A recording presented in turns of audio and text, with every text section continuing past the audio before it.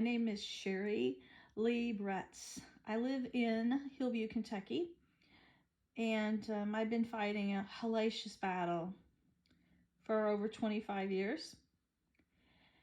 And I am so grateful that I have Christian friends now and loving, supportive friends that I never even expected I'd ever meet come together and support me in the distance and encouraged me to believe in myself and my talent and God. And my parents always taught me to believe in God. My mother told me when she was carrying me, she was only 17, and that she said, and she had me when she was 18 after that God showed her so many times he existed. She said food would come out of nowhere, or after I was born, she'd miraculously, she went back to work 5 days after she had me, and she ended up in the hospital. But it was, during the war, and she said things would just happen out of nowhere that would help us get support, diapers, and I couldn't drink formula. I was allergic to it. But she said food would just, somebody would give her some food when she was a single parent. And my dad was away at war, and she had her own apartment with me. And she said that gave her faith. And then my father was just, you could look in his eyes and see God. He saved so many people. He got a letter from the president. He never had to shoot anybody and or lost a body. And I just grew up, I was so blessed in every way. And God has blessed me pretty much my whole life. And then when I was dating my husband, I had the misfortune of going on the street and living, when we first got married, in the house that he had shared with his ex that she had built before she left him 16 months before I met him and moved out of state. And then bad things started happening. And I didn't know there was an agent on the street, her best friend, and I didn't know he was Jenna Bush's bodyguard. One time I saw him standing on the street staring at me very strangely. And to me, he looked evil. And we drove past on the way home, and he goes, "Oh, that's my ex-wife's best friend." And I said, "Oh, okay." He goes, "Believe it or not, he's Jenna Bush's bodyguard." And I said, You don't mean the president's bodyguard at the time?" He goes, "Yeah." He said, "She's got a crush on him." And I said, "Him?" I said, he looks crooked to me, and he looks mean, but I never talked to him. But yet his wife would ask every week, "Can Justin come and play?" And I'd send him down there, and he was playing with the little boy, his son, before I ever met Bob. I never said no, except for one time when he had to do his homework. And he even sent his daughter down to a party, but yet his ex would come to the pool anytime I was there. His wife, Bob's ex-wife's best friend, she'd always want to be there or talk or get information. And then I noticed this other woman would come, and her name, they said she was Bunny's mom. And then she and Pam, they would say stuff about Bob and their own husbands, and the ladies would get together at Jazzercise, and they'd mostly just be talking about their husbands in a negative way. Or they go shopping and have lunch every day, and they just kind of stare. And they would always, if I saw my husband, they would say angrily, "Do this or do that," and I'm like, wow, don't they have anything better to do? There's so much tension between them whenever they see you. And he's like, yeah, they pretty much just would always tell him to do whatever his ex-wife said, even after the divorce. So they watched me like a hawk. And there was like 5 of them on the street that lived on the same street that were her friends. And I couldn't go to the track. I'd be followed. I couldn't go shopping. This other friend of hers would come, turn up at the store named Chris Carpenter. And she just would know everything that's going on, everything, and talk about the past. And then later, when I moved, we were being harassed. I moved to the country. I left the big house and went to a little small $65,000 cracker box and didn't want the big house. And I wanted to start scratch, brand new, with nothing from he had from the past, and start building our own nest and building our own home. And I didn't care how small it was. I just said, I don't want you to have a big house until you can pay cash. And you've had so many bad experiences from the past and had to lose so much money on every house that was remodeled so many times because she'd have to have a pool in every new home. And then she'd leave. And I said, I'm just going to have to wait till you're out of debt. And we're just going to live on love. I want the experience like honeymooners did on Love American Style. They have a little small apartment or something. It brings you closer together. And I said, I just want the feeling of living on love and everything fresh and new in our life, not something from the past.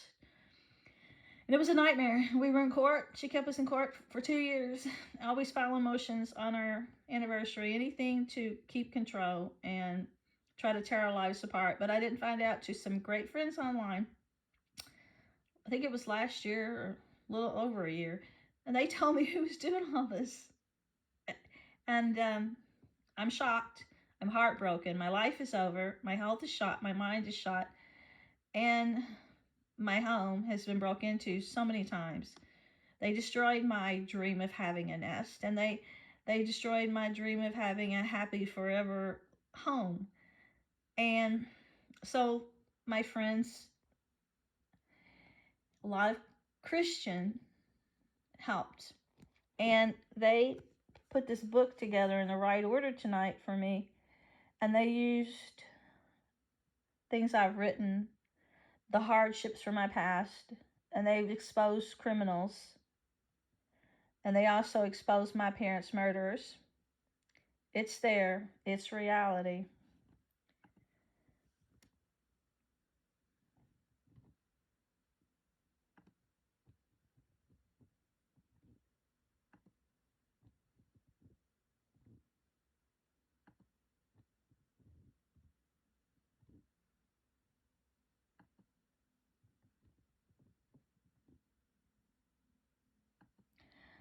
I did all the photos in the book.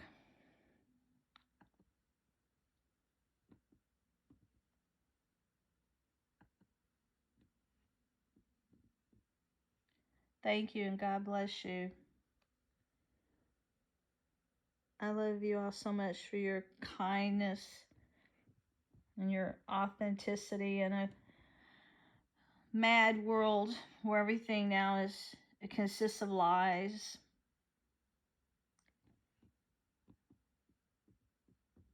And theft.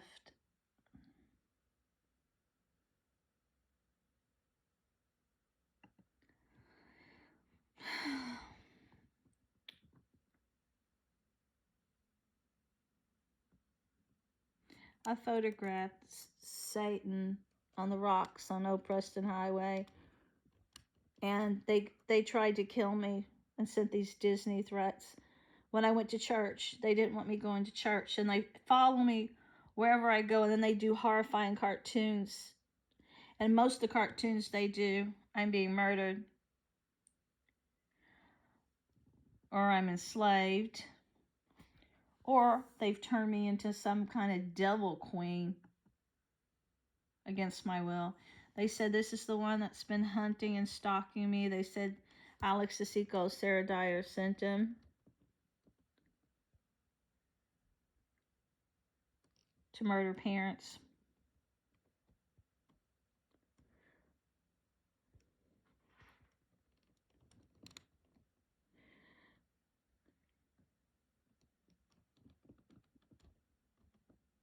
I've got the pictures that they actually, Disney actually did these exact sketches off my own pictures. And they would put cameras in my house, so on days they torture me, I was really breaking inside, like here. They were trying to invade me with the Antichrist. They do art.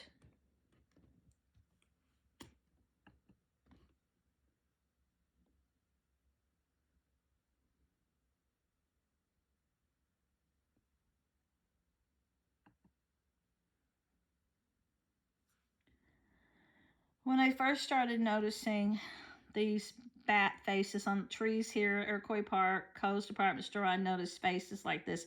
Then I noticed them hiding the faces at the zoo. And then I noticed them actually putting hidden relics inside the jungle section with the big Aztec pots, and they would have a little voodoo carving of a just to draw evil, and they had it hidden, and they had a witch house. And at the zoo,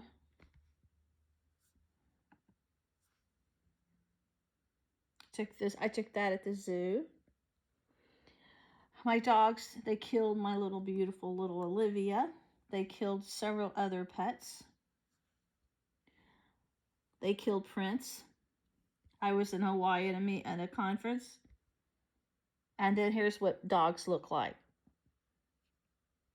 And this was my Prince on this property. And this is when they try to push the beast in me, what I look like. I look like this. And then he asked me to come to France. Here I am with him. His name is Sir Simon Marsden. He was a very famous paranormal aristocrat who did higher art, and he was chasing ghosts. And he asked me to be his American agent, and while we were there, he said that he had a gift, and he said I had it too. He did believe, and he asked me, have you been to the other side? And I said, I don't know what you're talking about. This is Panuzu, out of The Exorcist. It's on my property. That's my patio. It's on cows' heads. It's everywhere. So we got all that going on here on my land. And here's Taba Bretz with Obama's limousine. Here's the things in the sky. Here I am in Egypt, and they're saying John Saul is behind this because she joined this group after I'd been robbed, and Saul and other people invited me to this conference. And next thing I know, they're trying to get the devil to invade me. And when I refuse, they say, well, we're just going to give your land to your estranged offspring. And Justin Bretz and so the offspring had never been here since we lived here. They'd never been here. And out of the blue, they wanted to come. And we'd lived here over 20 years. And the day they came, it was so she and this Tava, Justin's been here, and then Chris has been here one time, could try to put us on a kill list before murdering both my parents.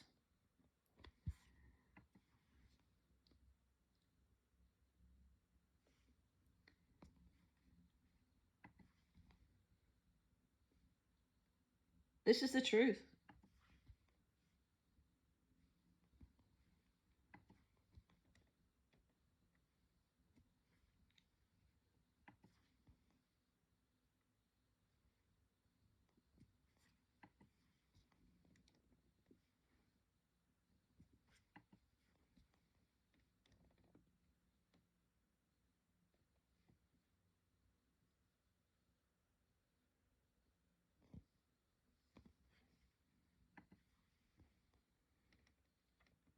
This is my stepson, Justin Bretz. This is when they attacked me with the weapons. They're trying to put the beast in me. I'm at JCPenney. They even had a woman follow me to the dressing room and try to film me underneath my stall. And then she wanted to talk to me, some Asian woman, and she was very strange. And my stepsons later told me that he was talked into going into the military. And I said, go to college, come to know your dad. You don't know him. You owe that to him. He loves you. You know, he's been trying to be with you all this time, but she denies visitation, keeps moving around. He said, they told me there's nothing like your first kill, and I wouldn't join the military if I couldn't kill. And sadly, later, he's 7th Division Special Forces. His brother is too. He's fishing here, and they're saying that he wants to come back, and they put us on a kill list. Him and Alex Sisico and Damar Sos in this creek, and John Saul puts in a book where we're murdered in Justin Bretz. He put it in his story at his website. He said it was his last story. He hasn't put it in his book yet, but he was on his page. goes into, steals a house. Justin Bretz moves in, and there's artificial intelligence. And it's based on their John Saw's intentions, supposedly, for me. I'm sure it's John Saw's intention. He put me in Manhattan Hunt Club. And the week they murdered Dad, they left a fake package here and also sent me the cover to It Bleeds by Stephen King. And they also wanted to let me know, try to make me think that it was tying into his book, Blackstone Chronicles. This person sneaks on my property, and then they drop people off, and then I see them, and I chase this blonde just to find out who she was. I wasn't going to do anything to her. I wanted to see what she looked like, and as soon as I got close enough to see her face, I'd stop. But this is her on my property trespassing, and they say she sent this person, and she sent this person, and this is Justin out of the country with the Secret Service agent's son, Alex DeSico's son, Kyle. Used to live on our street that I let Justin go play with all the time. He was best friends in Justin's wedding, and him, and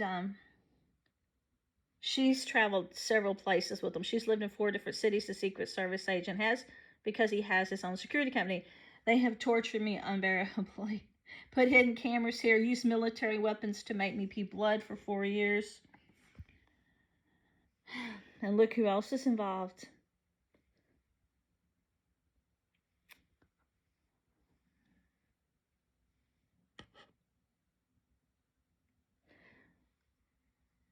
The Star Wars program. And then they sent their friends 2 doors down when I wouldn't let my land go. They want the power that's here, whatever's below, and the portal. And they say she's linked to this new person that bought it, him and Sarah Dyer. They say they've got their neighbors, the neighbors moving in to kill us, and they break in and murder dogs.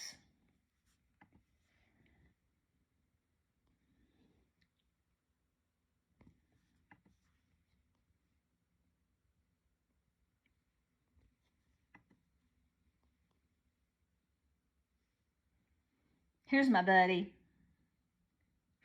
Frankie Valli, friend.